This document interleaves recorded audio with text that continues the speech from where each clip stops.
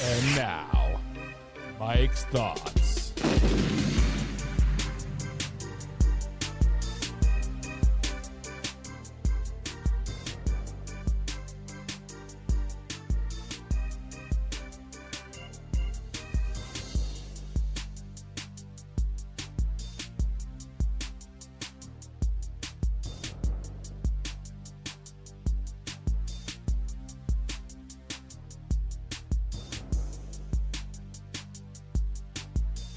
So with that being said, the Kansas City Chiefs did not pay the referees versus the Atlanta Falcons. Potentially miss a pass interference call. What part of that play was pass interference? I'll wait for the people in the chat. What part of that play was pass interference? Was it the face guarding? Was it the arm around the hip? What part of that play was pass interference? If you can't answer the question, then it was not pass interference. But let's say that flag was pass interference. Let's say they did throw the flag on that. Across the field, on the other side of the field, Bijan Robertson was holding Drew Tranquil for offensive pass interference or offensive holding. Those plays would have offset. They would have offset and they would have replayed fourth down anyways. More than likely, the Kansas City Chiefs would have held it for the Falcons again. Yes, again. The simple fact of the matter is, it's time for a new narrative. I'm sick and tired of it. I actually try to play into the trolls a little bit by posting pictures of the pass interference. It was not pass interference. It was face guarding, which in the NFL, you do not have to turn around. You can face guard. He did have his arm around him, but it was not impeding his ability to play the ball. So stop it. It was not pass interference. Sorry, guys. It was not pass interference.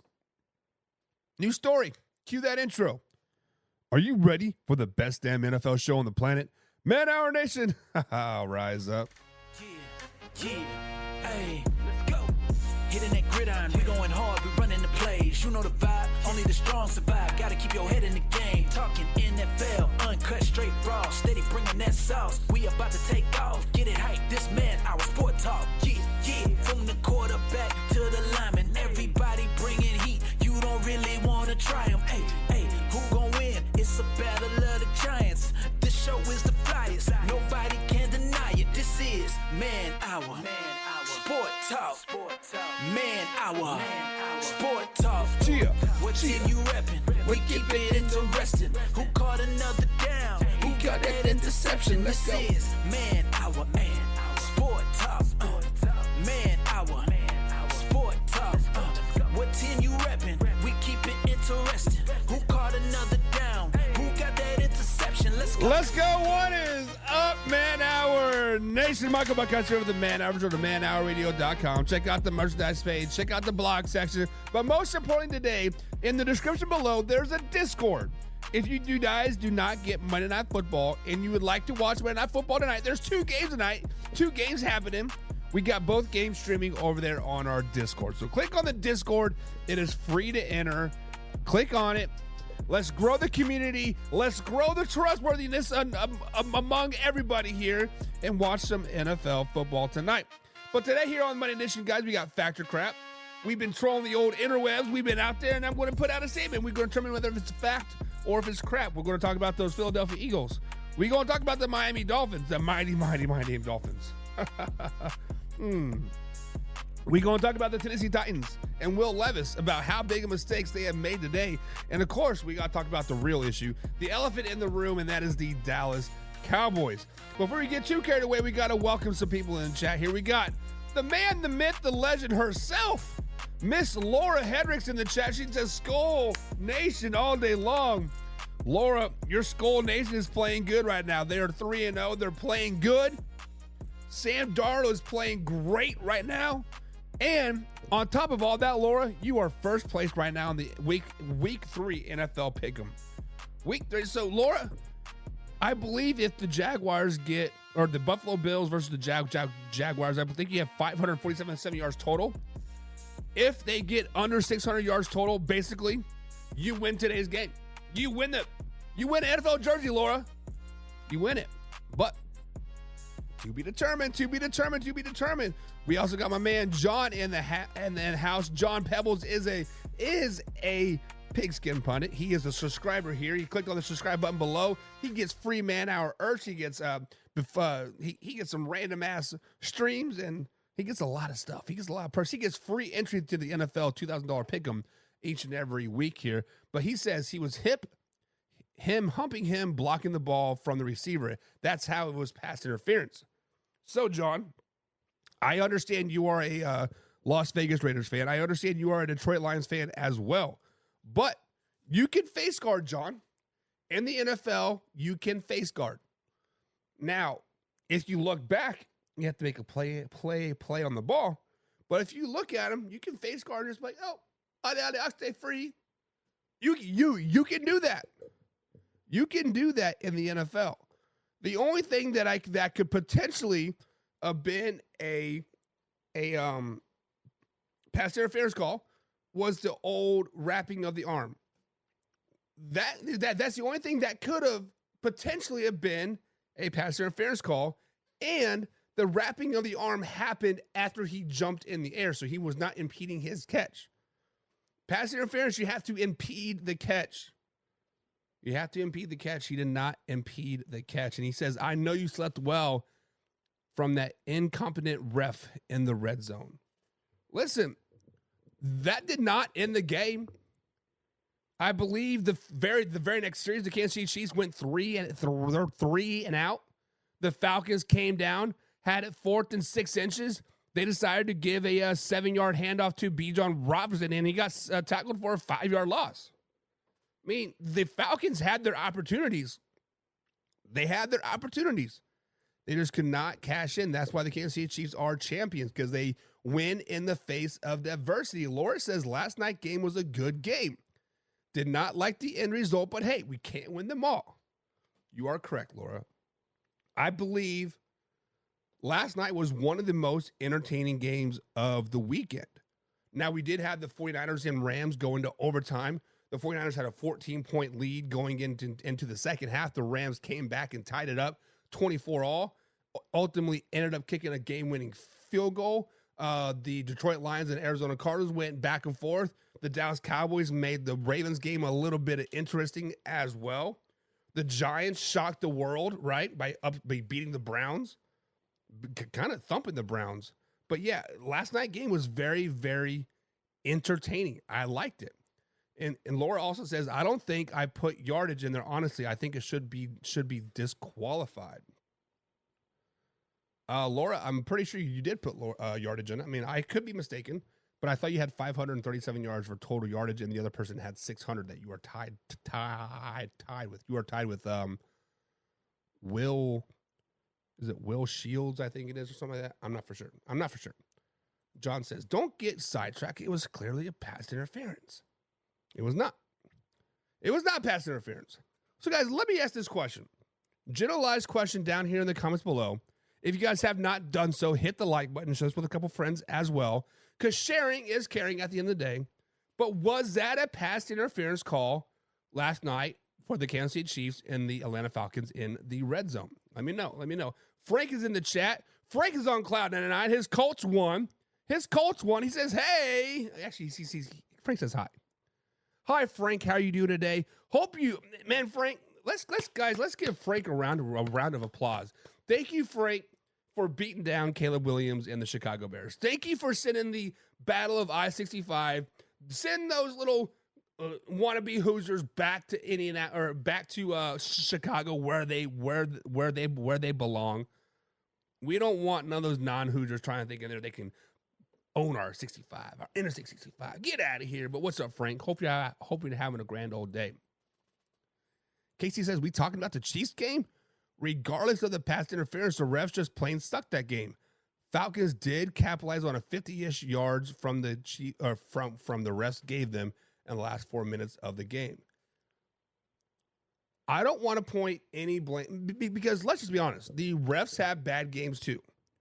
Just like players, just like us, the refs are human. They have bad games as well. Some days the whistle's a little quick, right? Some days the whistle is swollen a little bit. A little bit swollen. Let's just get in and get our money and get at home, right? Chris Jones was being held all game long. Hands to the face, hands up around his neck all game long. There was holding on both sides of the ball. There's a lot of physical play on both sides of the ball. I mean, as long as you're calling it the same on both sides, it doesn't really matter to me one way or the other. And John wants to do the Vegas thing. Vegas wins them all. Vegas wins them all. Meaning the sports betting, meaning ESPN Bet, meaning DraftKings, meaning, what's the other one? FanDuel. All those.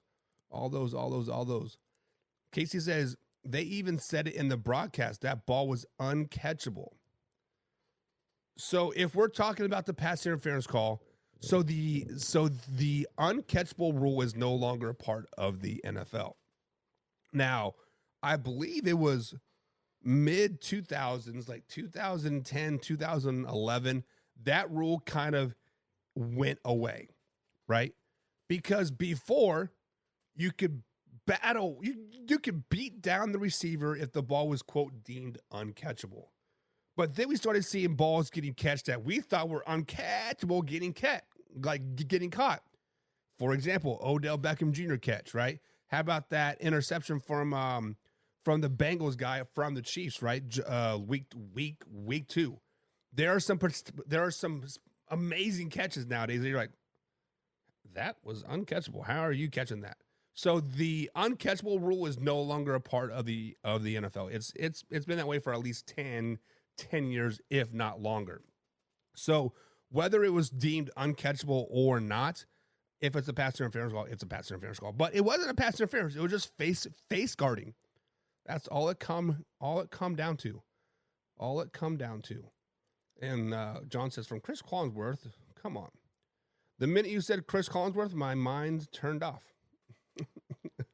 Laura says, I like the fact that the refs let them actually play last night. Yeah, I mean, the one thing that I love about high school football is that my cornerback can legit beat up receivers all the way down the field. We can legit beat up receivers all the way down the field. Now, when the ball is in the air, we got to get like hands off. But I'm teaching my kids pop, drive them outside, drive them out of bounds, keep pushing them, keep pushing them. Make their mamas come crying. Make their mama come crying. Speaking of Pink Gun Spun It, John is in the chat as well. He says, what's good, y'all? John, your t-shirt is in the mail, my man. So actually it is not. I fibbed on that. I need your size. So send me your size, John. I believe it was a large, but I can't remember for sure. But I'll get that ordered as soon as the show is over. Once you get me your size, we'll get your shirt ordered in the mail. But guys, this is Factor Crap here Monday. We'll be talking about a little bit of Factor Crap coming up here very, very shortly. We got the Eagles, Dolphins, and Titans. But we got to talk about the Dallas Cowboys. We have to talk about the Dallas Cowboys. The Dallas Cowboys right now, guys, are in a world of hurt. The Dallas Cowboys are like, I don't know what to do with my hands. When we think of the Dallas Cowboys right now, America's team, even fresh off of the ass kicking that they get, yes, they only lost by 3 points, but let's just be honest, they get their ass whooped. We're still talking about them. They're still leading every show that I turned on today. It was all about the Dallas Cowboys. Everything on ESPN, Dallas Cowboys. Everything on Fox, Dallas Cowboys. Everything on CBS, Dallas Cowboys. Everything on NFL Channel, Dallas Cowboys. True America's team. But, guys, the Dallas Cowboys have some real issues right now. The Dallas Cowboys have some real issues right now. Last week, we talked about it. Laura, you were here. John, you were here. When I said, what do the Ravens do well? Run the ball. What do the Steelers do real well? Run the ball. What do the 49ers do real well? Run the ball. And we flat out said right here on the show, and I said, if the Dallas Cowboys cannot figure out how to stop the run, they could very easily win or lose 4, 5, 6 games in a row. Right now, they're on a 2-game losing streak because they cannot stop the run. But let's talk about last night's game. Yesterday afternoon's game, they were down 28-6 with 8 minutes left to go in the fourth quarter. 8 minutes left to go in the fourth quarter. They get a 3 and out from the Baltimore Ravens, and they go down and they score. They went for 2. Why? I don't know. Chasing points. You never chase points. You always get the points that you're given. But they're down 28-12 with just under 8 minutes to go at this particular time. They do an onside kick. They recover the onside kick, the first one in forever it seems like. But they go over and they get the onside kick and they go right down. And they score another touchdown. Went for 2 again. Why?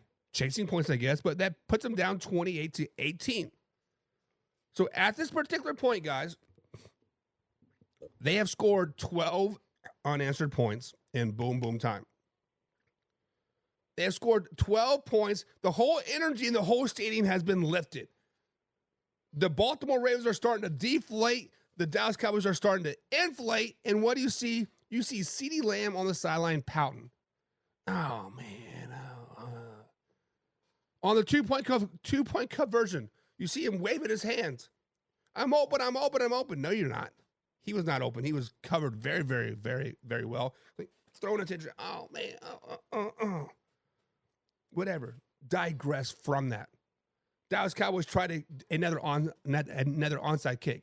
This time, Zay Flowers does recover the onside kick. Baltimore Ravens, another 3 and out. Starting to catch a vibe here. Fourth quarter, the Baltimore Ravens fall apart.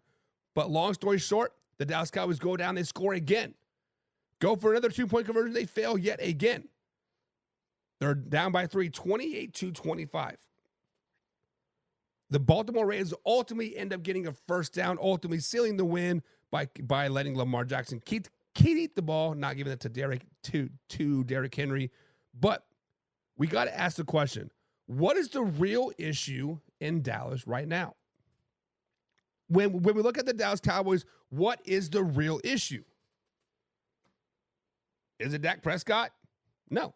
I think Dak is playing very, very well. I think the offense in general is playing well. When you have to play from behind and throw the ball 40, 50 times a game to remotely get caught back up, to remotely have a chance, you're doing okay. Now, the running game kind of sucks, but it is what it is. Maybe when Dalvin Cook gets activated and Zeke Elliott gets cut, maybe they'll come up, right? Is it the defense? Well, kind of, right? Kind of is. But on the other side of that hand, the Dallas Cowboys defense is built to play from ahead. The Dallas Cowboys defense is not built to stop the run. The Dallas Cowboys defense is not built to stop the run. It is built to pin the ears back and go get the quarterback. Go get the ball. So, who is it to blame? Who is the blame game there in Dallas? Who do we blame? I have 3 fingers that I want to point to. Number 1, I want to point the first finger to Mike Zimmer. Mike Zimmer, you have been deemed this defensive guru, whatever, yada, yada, yada. But 9 times in your 15-year NFL career as a coach, your defenses have been finishing in the bottom half of the league. You did have a number 1 defense back in 2017 with the Minnesota Vikings. And the following year, you had a fifth best, and I think you had the 8th best in 2019. That 3-year stretch, you were amazing. You were God's greatest thing since sliced bread. But then the following year, you were 25th, and then 20th, and then 19th, and just not very good. The blame game, number 1, goes to Mike Zimmer. You need to rally your troops. You need to figure out your defense. If you are going to be playing from behind, you know teams are going to run on you because you can't stop the run. Figure something out. Blitz. Run a 5-2. Walk up something. Figure something out. Blame game number 1 is going to Mike Zimmer. Blame game number 2 is going to go to CeeDee Lamb. It's going to go to CeeDee Lamb. Guys, what has CeeDee Lamb done for the Dallas Cowboys so far this NFL season. All he done is bitch, moan, and complain. Let's just be honest about it. Ever since he got his bread, ever since he's got his da-da-da bills, y'all, he's been a whiny little bitch. Let's just call a spade a spade. He's been a whiny little bitch. Who was the number one threat for the Dallas Cowboys yesterday in the receiving game? It wasn't CeeDee Lamb. It was Tolbert. It was Brandon Cooks. It was the fullback, number 40. It was everybody but CeeDee Lamb because he was sitting there bitching and moaning and complaining.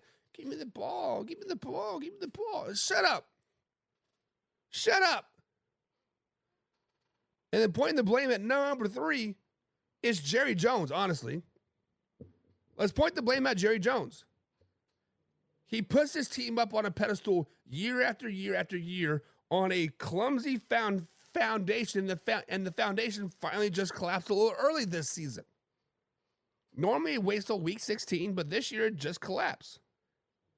Jerry Jones is trying to play it off as a good thing. Oh, it's a good thing that we're getting beat. It's a good thing that we're getting our asses kicked. Maybe we'll figure it out later in the year. Or maybe not. So when we look at the ultimate blame game, the person to blame for the Dallas Cowboys' failures right now is CeeDee Lamb. Micah Parsons even called him out in his post game. Didn't really put a name on it, but we all know who you were talking about. Hey man, you got your bread, and I gotta boost you up. Man, you're the richest motherfucker here, and I have to talk you up.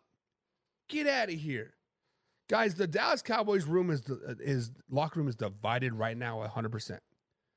All the blame doesn't need to go to Dak, doesn't need to go to CD, doesn't need to go to the coaching staff or ownership. All the fingers to be pointed at CeeDee Lamb. Right there on the screen. You guys see it right there. See Lamb right there. Boop, boop, boop, boop. You are to blame, CD. Step up. Be a man. Be a man. Do something. Casey says the Dallas Cowboys are in postseason form. And John says the Cowboys have zero chemistry. Listen, I think there is chemistry on the Dallas Cowboys team. But when you insert a outsider, boom, CeeDee Lamb, it starts to cause rifts in your team. Because you guys have to remember this, right? CeeDee Lamb wasn't sweating it out in San Francisco or in California. CeeDee Lamb wasn't out sleeping in a hotel room for three months. CeeDee Lamb wasn't out there running those drills, those 2-a-days, eating that cold-ass, nasty-ass food. CeeDee Lamb was down there in Houston living it up at the beach, quote, working out. The chemistry is, there is a chemistry issue, but everything gets pointed back to CeeDee Lamb. The chemistry is fractured because of CeeDee Lamb. He was not there at training camp. If you take CeeDee Lamb out of the mix, bada bing, bada boom, maybe that receiver core, maybe the whole team in general kind of has weight off their shoulder. I have a kid on my team. This kid is hurt all the time. Whether it's actual painness or if it's just his mangina is hurt. But when this kid is out, my team plays better. My team plays more energized, more hype, more like, hey, we don't need him, right? He's a damn good player. Do not get that twisted. Probably one of these best players in the state. I'd probably put him at top 10 player in the state. But once he's out, my team plays better. We play confident. We play with heart. We play with energy. We have chemistry. We like each other. The minute you insert that kid back in, oh, give me the ball. Give me the ball. Give me the ball. Chemistry starts to get fractured. People are like, oh, he'll just handle it. Boom. He'll handle it. Boom. I mean, it sucks to see. I actually have the kid benched right now because of that very, very reason. He it's just no heart. Sean says, not a chance. Their D line is too small to compete. Their D line is built to chase the quarterback. That's what it comes down to, Sean. The Dallas Cowboys defense is built to play with the lead. When we look back at, 3 years ago when Diggs had 7 interceptions in a season, and then the following season, his backup, what is the backup's name? Blake? Was it Blank or something? I can't remember the backup's name. He had 6 interceptions. It's because when you are able to play man up and just not have to worry about the run, focus on your receiver, it's easy to play defense. It's easy to play football when you're playing with the lead. It just is what it is. And Laura says Mike Zimmer was a bust when he was with the Skull Squad. There's a reason why he got fired, right?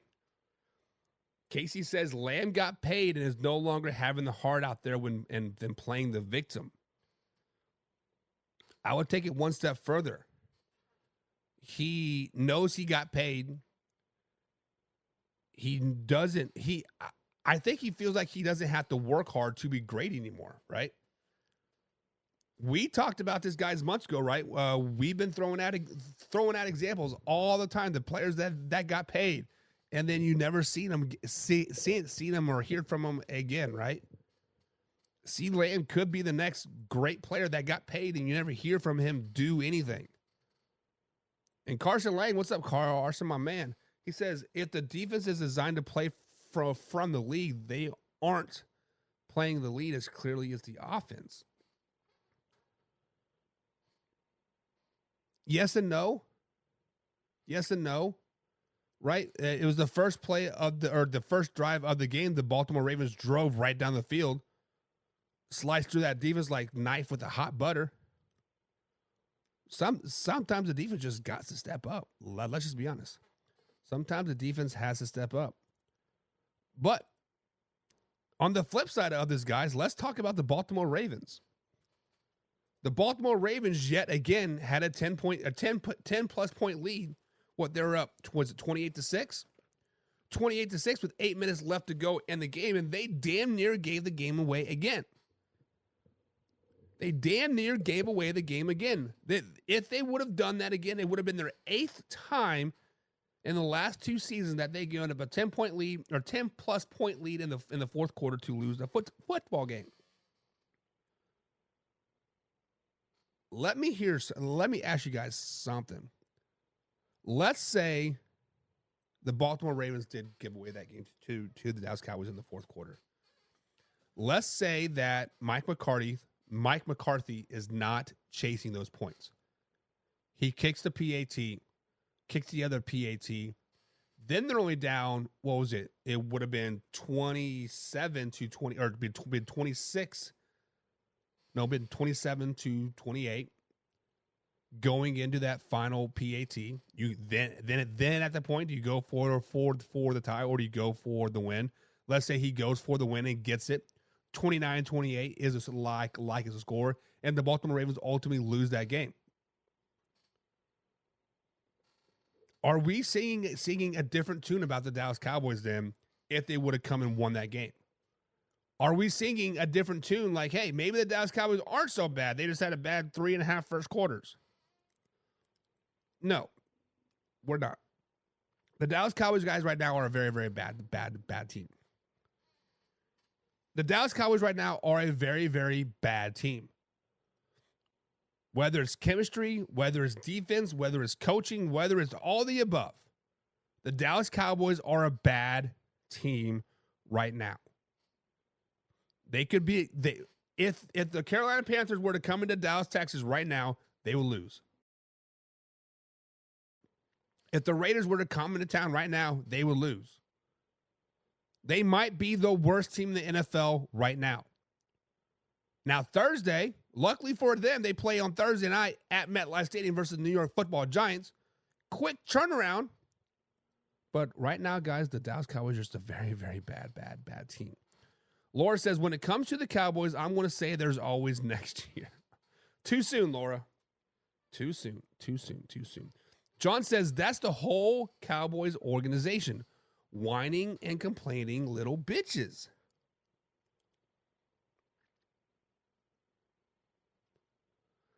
As they say, one person spoils the whole, or like one bad apple spoils the whole batch, right? So, CeeDee Lamb whining and complaining. Hell, Micah Parsons starting to whine and complain too, right? But it is what it is. My man Arthur Browser says, "What up, Buck? Here to see you're getting your manly voice back a little bit. It's still crackling, but like I said, I'm on my third bag of cough drops this weekend. As long as I'm not coughing, I'm drinking plenty of water. I should be good. Should be good." Casey says, "People like trashing the Cowboys more than their most teams, regardless they're winning or losing. This is facts." Casey says, "No matter what, let's say Eagles fans, you guys had a great win over the weekend. We're going to talk about you guys here coming up. Philadelphia Eagles had a great win over the New Orleans Saints. They're not talking about their win. They're talking about the Cowboys' loss. New York Giants, y'all had a great win over the Cleveland Browns. Actually looked like a decent football team. What are y'all talking about? Not the win. Oh, did you guys see the Dallas Cowboys get beat? Look at the Dallas Cowboys. Look, man, the Cowboys suck. That's why they're America's team, Casey. That is why they are America's team. But guys, it is time to move on here. Move on to a beautiful fact or crap. Fact or crap here on this beautiful Monday edition of Man Hour NFL Talk. We are live, raw, uncut every 2:30, every Monday through Friday, 2:30 East Coast time, right here at Facebook.com, and of course, YouTube.com/Man Hour NFL Talk. If you guys like to hear us on podcast form, you can check us out on Spotify, iTunes, of course, iHeartRadio. But most importantly, guys, check out the Discord. The Discord is free to join. We are going to be streaming both Monday Night Football games over there. I'm actually going to start streaming them as soon as I end the show here because I got a football game to attend tonight. We have senior night over at the old high school tonight. We got to do that versus good old Corden. Corden Cougars we're playing tonight. The Cougars, rawr. But with that being said, guys, fact or crap. Fact or crap is very, very simple. I've been out there trolling the old interwebs, and I'm going to ask a question. Is it? And then you guys are going to in the comments below determine whether it's a fact or if it's a crap. So feel free to play along because interacting is fun. And I see all the comments. So if you want to talk your shit, talk your shit. Talk your shit. But this first fact or crap here on this beautiful Monday edition of Man Hour NFL Talk, we're going to talk about the Philadelphia Eagles. The Philadelphia Eagles had a huge win over the high-flying, powerful New Orleans Saints on Sunday. They finally scored a couple touchdowns. Their defense looked pretty stout, and they pretty much shut down the Saints for nearly 4 quarters. They ultimately won 15-12 in a stunning fashion. Saquon Barkley with 2 touchdowns to go along with that game. But on Saturday, when we had Mark Dion and Huffy on, we kind of spoke about the Eagles. We kind of told them, like, hey, this is kind of a make or break game. And many people are like, no. But I thought it was a make or break game for the Philadelphia Eagles going into this game. So we got to ask this question, guys. Is it a fact or is it crap that the win over the New Orleans Saints saved the Philadelphia Eagles season? Guys, the Philadelphia Eagles have been playing bad football since midseason of 2023. In the last 7 games, Jalen Hurts has an interception in all 7 of those games. All 7 of those games, he has an interception. The offense has looked terrible. The defense has given up tons of points, right? And there's been a lot of finger pointing, right? When the Eagles lost to the who they play week to the Falcons, Nick Sirianni basically come out and lied and said, I don't call the plays. Kellen Moore calls the plays. Flash forward a week, Nick Sirianni's like, no, the blame comes on me. It was actually decent play calling. The defense looked great. Held the Saints to just 12 points. Saquon Barkley had 2 rushing touchdowns. So, guys, is it a fact or crap that this win saved the Philadelphia Eagles season? This is 100% fact. This is a factual statement. The Philadelphia Eagles season would have been over if they would have lost to the New Orleans Saints. Now, depending on how they lost, right? If they got blown out, 100%, Nick Sirianni's fired, Kellen Moore's fired, defensive coordinator's fired, clean house, right? If it would have been a close loss, we would have been, but it still would have been bad. Guys, the vibe in Philadelphia is literally night and day right now. Literally night and day. A 15-12 win over the New Orleans Saints. The Eagles are flying high. When I release my power rankings tomorrow morning, they're probably going to break into the top 10. After us basically saying that their season was going to be over if they lost. This is a fact, guys. This is 100% fact. This is a turning point of the Philadelphia season. Confidence is killer in the NFL. Now, they still have some holes to fix. Don't get it twisted. They still have some holes to fix. The whole fake tush push thing, what was that all about? You faked the tush push to give it to Saquon Barkley to go the outside. I think he ended up losing like 3 yards. Very questionable call, but going in the right direction. The big momentum is picking up for the Philadelphia Eagles, and I do think it is a fact. I do think that this was a season-saving win for them. Definitely flipped their season. So, guys, fact or crap? Did the Eagles save their season with the win over the New Orleans Saints? John says, nah. The old line is horrible, and Jalen is playing like shit. 7 interceptions and 7 straight games is not very good. But Jalen Hurts also, John, is taking on a different role. When we think of the Philadelphia Eagles previous of 2024, we don't think as Jalen Hurts as a leader. Leaders are Fletcher Cox, we had Lane Johnson, we have Jason Kelsey. We we have those gritty out players that were the leaders.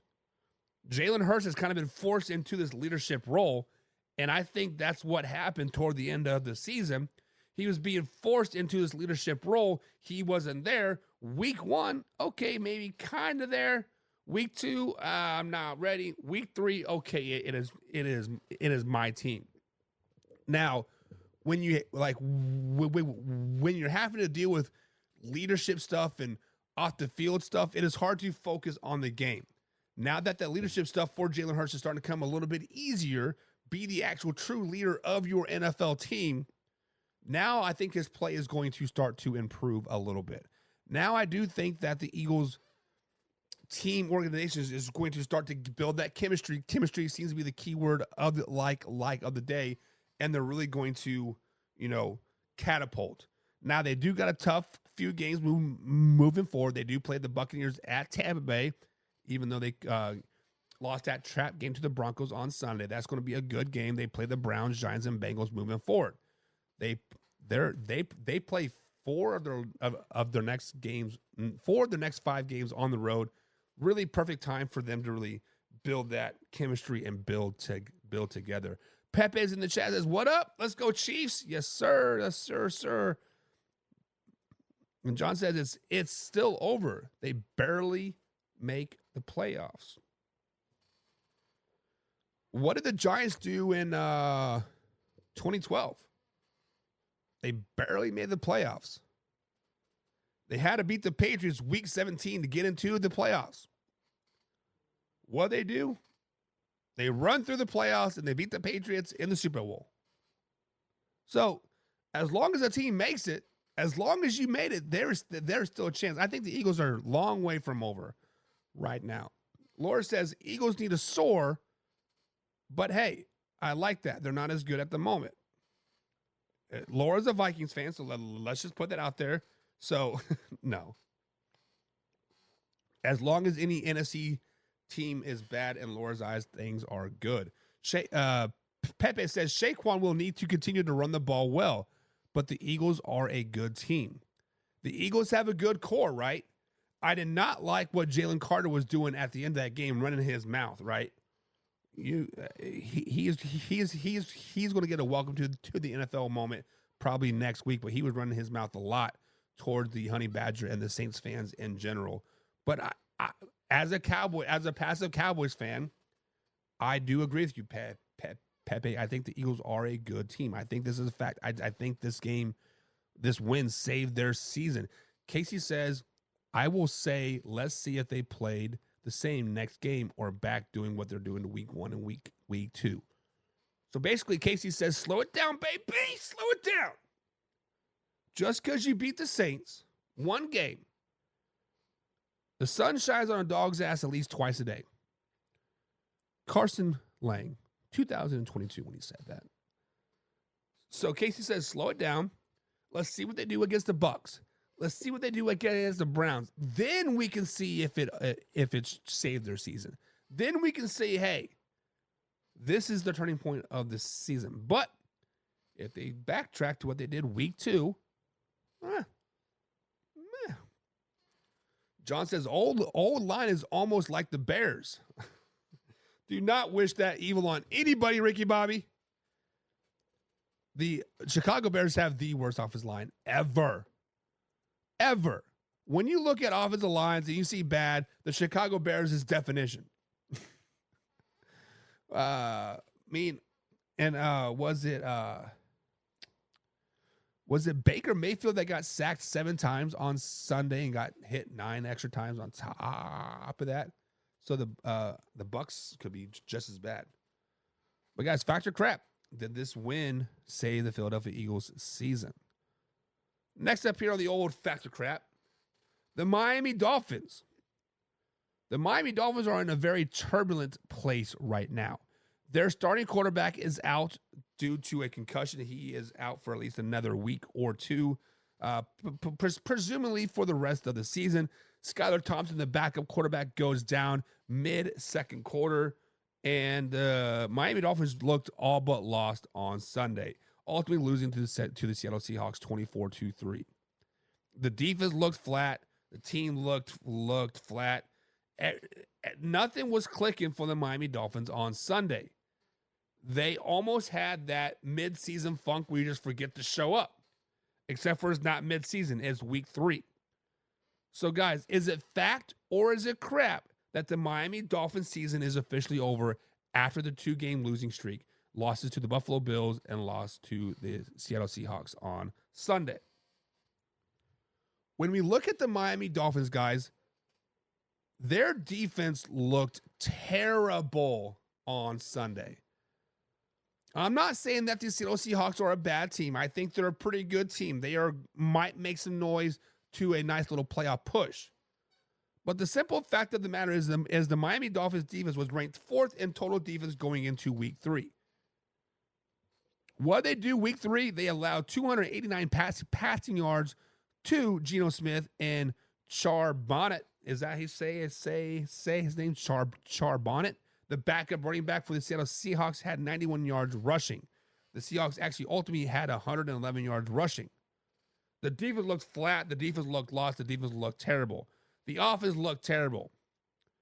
Tyreek Hill had 3 catches. Jalen Waddle had 3 catches on 5 targets. Guys, the Miami Dolphins just looked a lot alike. What? Guys, if the Miami Dolphins do not win versus the Tennessee Titans on Monday Night Football next week, their season is completely done. Their season is completely over. But with that being said, factor crap, is their season over after this week 3 loss to the Seattle Seahawks? I'm going to say crap. I think it is a crap because they have a pretty favorable schedule moving forward. They do play the 0-3 Titans coming up on Monday Night Football next week. They do travel to New England, which is 1-2. Not a very good team. They do play the Colts. The Colts have a good defense. Offense is still trying to find themselves a little bit. Could be a good game. Then they play the Cardinals. Then they play a Rams team that's kind of a sinking ship right now. The Raiders, we don't know how good or how bad they actually are. So the Miami Dolphins have some time to figure themselves out. But if they go on a 3-game losing streak, losing to the Bills, losing to the Seahawks, and losing to the Titans, then it is all but over. So that question is a little bit premature, but I saw a lot of Miami Dolphins fans basically saying, oh, we're fine. We're fine. We're fine. We're fine. I want to say slow it down. So, guys, fact or crap, is the Miami Dolphins season over? Laura says fact. Fact, she says. Miami Dolphins is not playing good football. Casey says the Fins are in the better luck next year bracket. Ooh, damn. Carson Lang says the Miami Dolphins might as well change their name to the Titanics because they are sunk. They are sunk. But John says crap. Says slow it down, baby. They may have lost to the Seahawks and looked terrible. They may have lost to the Buffalo Bills and looked terrible. They may have barely beat a terrible Jacksonville Jaguars team, but slow it down. Slow it down, baby. It's crap. Their season's over yet. Wait till they lose to the Titans. Pepe says, my friend wants to know if the Dolphins are cooked. I think the Dolphins are on the grill. The chef is getting ready to chop the head off, and it's getting hot. Getting a little hot in here. So let me ask you guys this question. Let's say the Miami Dolphins do only get maybe 5 wins this season, maybe 6. Is Mike McDaniels out? Is Mike McDaniels on the hot seat? Not because of just of this season, but the overall performance the last couple years. I saw a stat somewhere where he is 1-11 since taking over versus winning teams for the Miami Dolphins. 1-11 against winning teams. And then you're getting beat like this. Is Mike McDaniels on the hot seat? I think he is. I think he is.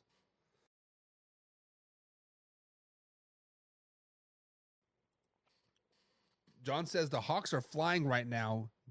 Defense definitely looked terrible. Miami Dolphins defense looked terrible. And Carson says the running back's name is pronounced Charbonnet. Charbonnet. Like isn't a Charbonnet like a wine? Moving on. Speaking of those beautiful Tennessee Titans, the Tennessee Titans yet lost again. They are the only team right now in the NFL that is 0-3. Pending, there's a couple teams that are 0-3 tonight that are 0-2 that could be 0-3. But right now, the Tennessee Titans are the worst team in the NFL. Malik Willis, former quarterback of the Tennessee Titans, was traded off about 5 weeks ago to the Green Bay Packers, coming to town and basically whooped the Titans' ass. Will Levis has made some pretty bad plays to keep the Tennessee Titans at 0-3. So, guys, is it a fact or is it a crap? Did the Tennessee Titans make a mistake by keeping Will Levis and naming him starter quarterback and not taking Malik Willis? When we look at Will Levis does have 579 yards passing this season. First week versus the Chicago Bears, he had 127 yards passing. Next week versus the Jets, he had 192 yards passing. And last night versus the Packers, he had 260. His QBR has also improved each and every week as well. Week number 1, it was about 30. Then it was 50. Now it's up into the 70 range. He does have 5 interceptions in 3 games, but also has 4 touchdowns. The biggest red flag for Will Levis right now is he makes stupid mistakes. Will Levis makes dumb mistakes. He tries to be Superman when he just needs to just take it and just bite the bullet. Sometimes when you try to put out the fire or to stop the bleeding, you do things that is out of your realm and it causes more bleeding. Sometimes how you react to situations when the fire is burning is not to panic. It's sometimes just to take a break, look around. Oh, there's the fire hose. Then let me put it out. Will Levis right now, his mind's going boom, and he's just be like, go slow it down. Right now he's about 200 beats per minute. Slow it down to about 120 beats per minute. That's where he needs to be. And right now he's just a little crazy. But with that being said, I think it is crap. I think the Titans did not make a mistake by keeping Will Levis. I think Will Levis has potential to be a really, really good quarterback in this NFL season.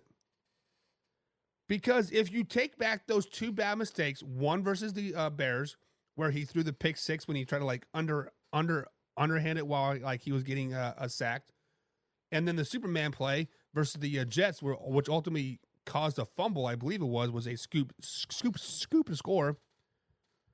The Titans should be 2-1. You take away those two mistakes, the Titans are 2-1. And Will Levis is improving each and every week. Now, I was high on the Titans this offseason. I thought they were going to be a wild card, and I thought they were going to kind of, compete for the AFC South title. Now they still can. They still can. Jaguars are bad. The Houston Texans kind of got knocked in the mouth a little bit, and the Colts are still learning themselves. There's still time, but the Titans organization, Hopkins, Calvin Ridley, Tyler Boyd, that whole team just needs to take a deep breath and slow down. They need to take a deep breath and slow down and understand that this is a learning curve. This is a learning season. This is a team-building season. Now, I understand D-Hop is getting a little long in the tooth. I understand D-Hop wants to win right now. But in all reality, D-Hop hasn't been the same person that he was in Houston for three or four years now. So this is crap. I think the Titans just need to take a deep breath, slow down, simplify the playbook, and tell him that he doesn't need to be playing hero ball. You could be 2-1 if you didn't make stupid ass mistakes. And Brian Callahan has already said that in public once. And I'm sure he's saying it a hell of a lot less nicely behind doors. I like what the Titans have built, guys. I like what the Titans are doing there in Tennessee. Will Levis is going to be a top 15 quarterback by the end of the season. Is he right now? Absolutely not. Absolutely not. He is bottom tier. So, guys, factor crap. Did the Tennessee Titans make a mistake by keeping Will Levis and naming him starter?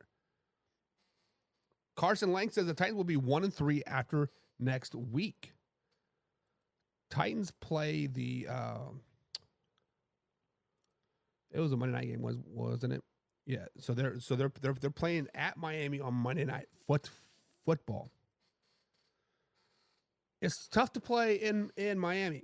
Florida Heat's something else, especially Monday night. I don't know.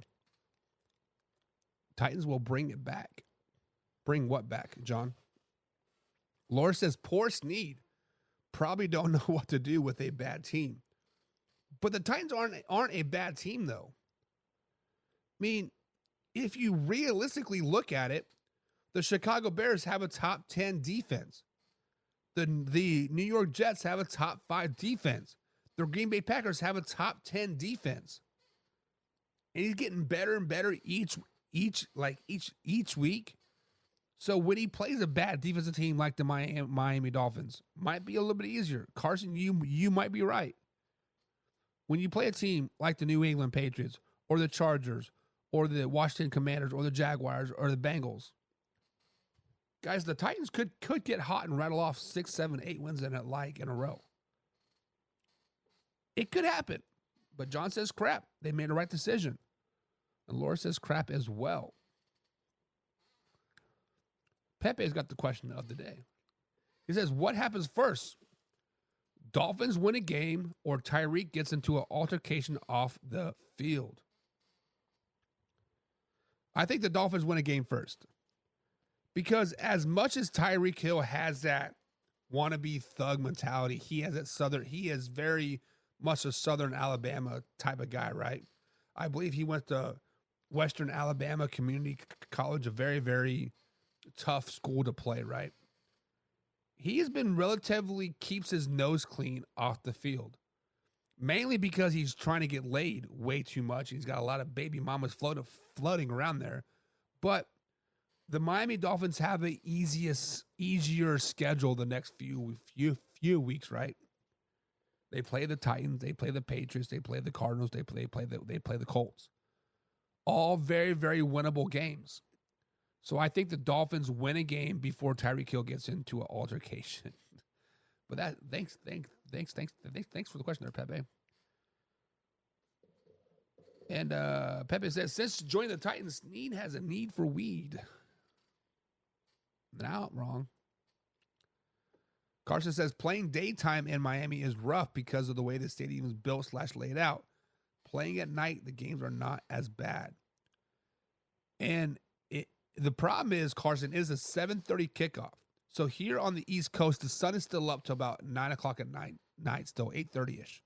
So you have that first hour of the game in sunlight. So yes and no, right? Yes and no. But guys, that is going to be it for today's show. Thank you guys for joining us as always. The voice is starting to go. I need to prep for the game. Senior night, got a couple things to tie up here. Yada, yada, yada. And I got to script my first 10 plays.